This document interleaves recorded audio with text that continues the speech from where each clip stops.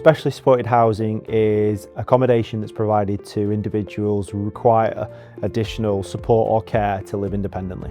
The residents that live in specially supported accommodation are those who've been referred by local authorities, councils or care organisations. Demand is growing due to the huge undersupply of properties. The National Housing Federation's outlined that another 170,000 properties are going to be needed for SSH by 2040.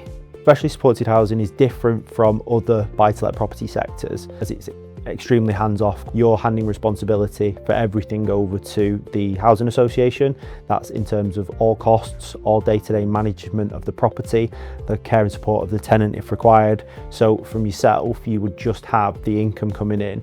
The investor really has no further responsibilities once they hand over that property to the housing associations. The 25-year management agreement is an agreement between the property owner, the landlord, and the housing association that they will manage the property in all aspects, day-to-day running for the full 25 years. So for the resident that's living in the property, they get a long-term home.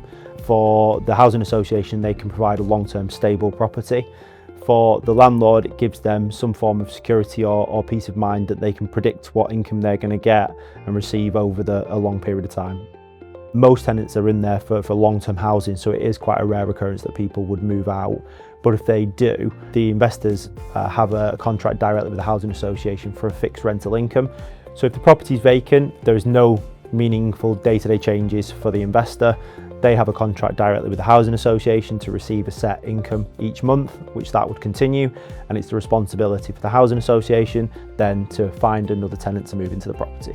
If anything were to happen to the existing housing association, then the local council would usually work with the existing provider, the council, care providers and other forms of housing association to find a replacement housing association to take on the contract.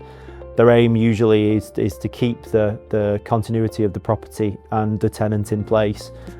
Contractually, rents will increase annually every April. So in the contract, it says that the rents will increase by CPI plus 1%, up to a maximum of 5%. So in the last 2 years, we've seen increases of 3.8% and 4.4% due to high inflation.